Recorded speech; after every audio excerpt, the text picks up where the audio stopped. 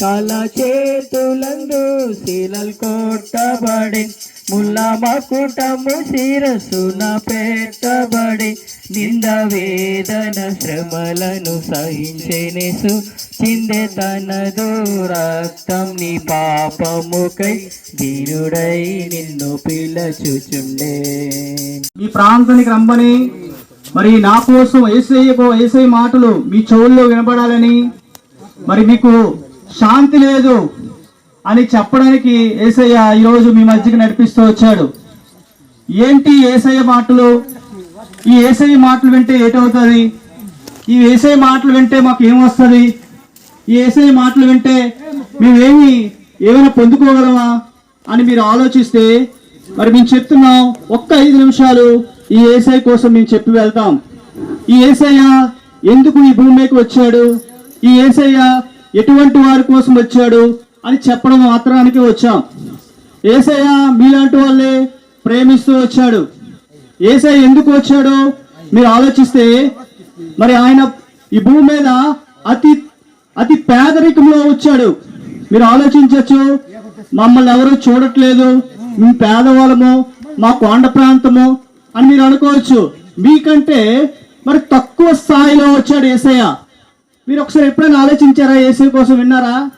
ఎవరైనా మనకంటే తక్కువ స్థాయి వస్తే మనం ఎలా చూస్తాం?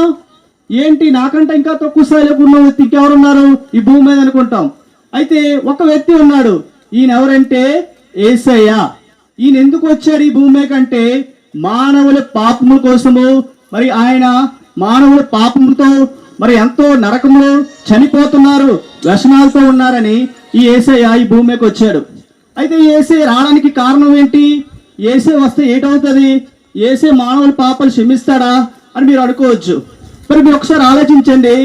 మరి మన పిల్లలు, మన యొక్క పెద్దలు, మన యొక్క పురాతనమైన మన యొక్క ఆచారాలు, మరి మనం పాపాలు పోవాలంటే ఏం చేస్తాం?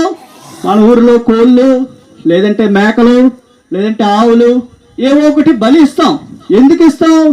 మా పిల్లలతో మంచి మరి శాంతి రావాలి, సమాధానం రావాలి అనేసి ఎన్ని బలి అర్పిస్తాం. అయితే మానవుడికి ఎక్కడ కూడా శాంతి లేదు. ఎందుకు లేదని చెప్పగలుగుతున్నామంటే అవన్నీ అర్పిస్తాం, కానీ మానవుడి జీవితంలో నెమ్మది లేదు. ఎందుకు లేదు? మానవుడి జీవితంలో పాపం ఉంది.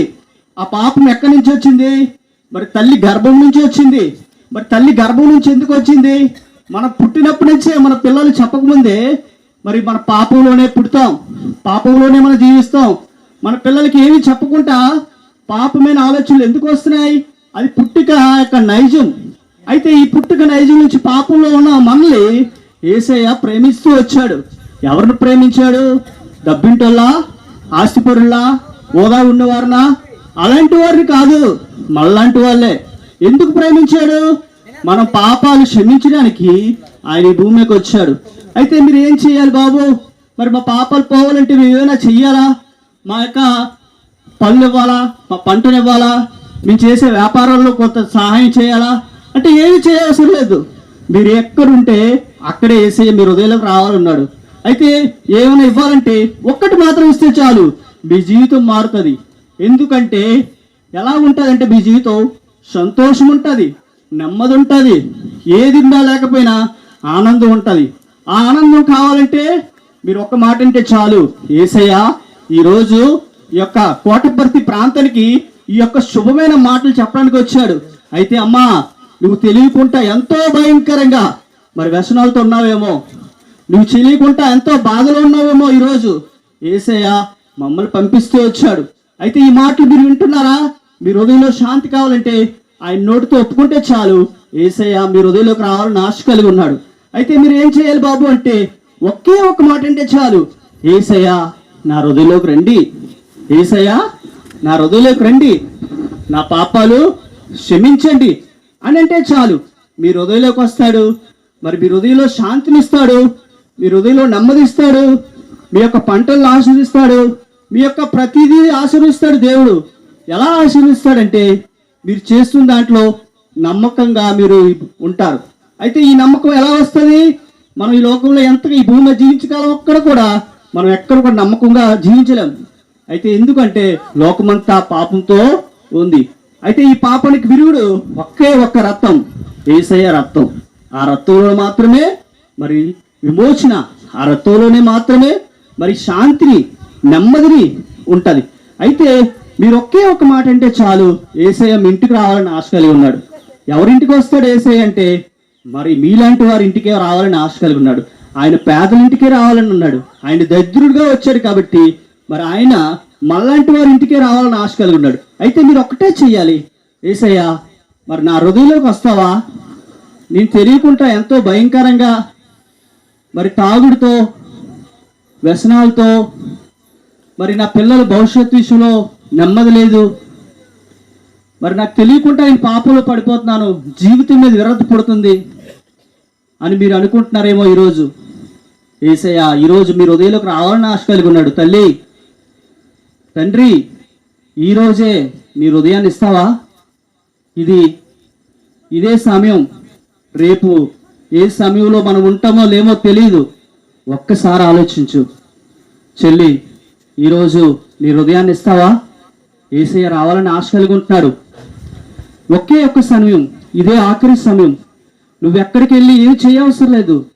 నువ్వెక్కడున్నప్పుడే అక్కడే నీ హృదయంలో యేసయ్య మరి నా హృదయంలోకి రండి, నా హృదయంలో నెమ్మది లేదు, నా హృదయంలో బాధ, నా హృదయంలో ఎవరికి చెప్పుకోలేని దుఃఖము, ఎక్కడ కూడా వెళ్ళాలి, ఏం చేయాలని నిరాశలో ఉన్నాను, నాకు ఆహారం లేదని ఎంతో నెమ్మది లేక ఎన్నో మార్లు అటు ఇటు తిరుగుతూ వచ్చాను, మరి నీవు జీవాహారం అంట, నీవు నా హృదయంలోకి వస్తావా అని ఒకే మాట అంటే చాలు, ఈరోజు మీ ఇంటికి వస్తాడు. మీ హృదయంలోకి ఆయన రావాలని ఆశ కలిగి ఉన్నాడు. ప్రియమైన సహోదరులారా, ఒకే ఒక్క అవకాశం ఈరోజు మీకు వచ్చింది. మరి ఆ అవకాశాన్ని మీరు సద్వినియోగం చేసుకోండి. మరి మేము ముందుకు వెళ్తున్నాం. ఇంకేమైనా మీకు ఏమైనా సందేహాలు ఉంటే మరి ఇక్కడ ఉన్న యోహాన్ మరి మీకు మధ్యలో ఉన్నాడు. ఆయన మీ దగ్గరకు వచ్చి మీకోసం, మీ బాగోగుల కోసం ప్రార్థన చేయమంటే మరి ఆయన ప్రార్థన చేస్తాడు. ఆ ప్రార్థన మీ కుటుంబాల్లో శాంతినిస్తుంది. మీరు ప్రతి ఆదివారం మరి జరుగుతుంది ఇక్కడ, ఆ కూడికలో కూడా మీరు జాయిన్ అవ్వాలని మరి యోహాన్ గారు మీ మధ్యకు వస్తారు. మీరు రండి తల్లి, ఇదే తెలుసుకో. ఏ రోజు మంది కాదు, రేపుడు మనం కాదు, ఈ రోజే మంది. ఒక్కసారి ఆలోచించు. మరి ఆయన వస్తాడు. ఆయన వచ్చినప్పుడు మీరు మరి ప్రార్థన చేసుకోండి, మందిరానికి కూడా రండి. ఇది అందరూ ఆహ్వానితులే. మీరు మరి మీ ముందుకు వెళ్తున్నాం, మరి మీకోసం ప్రార్థన చేసి మేము ముందుకు వెళ్తాం. విన్నారు కదమ్మా దేవుడి మాటలు. మరి రేపు ఏం జరుగుతుందో మనకు తెలియదు అని చెప్పారు కదా, నిజమే. రేపు ఏం జరుగుతుందో తెలియదు. కాబట్టి మన బ్రందులో ప్రాణం ఉండగానే దేవుని మనం అంగీకరించాలి, మన పాపాలు ఒప్పుకోవాలి. చూడండి, ఎక్కాలు నించున్నారు ఇక్కడ. వీళ్ళు ఎంత మంచిగా ఉన్నారో, వాళ్ళ ముఖాలు ఎంత మంచిగా ఉన్నాయో, వాళ్ళ జీవితాలు ఎంత బాగున్నాయో చూసారా? ఎందుకు వాళ్ళు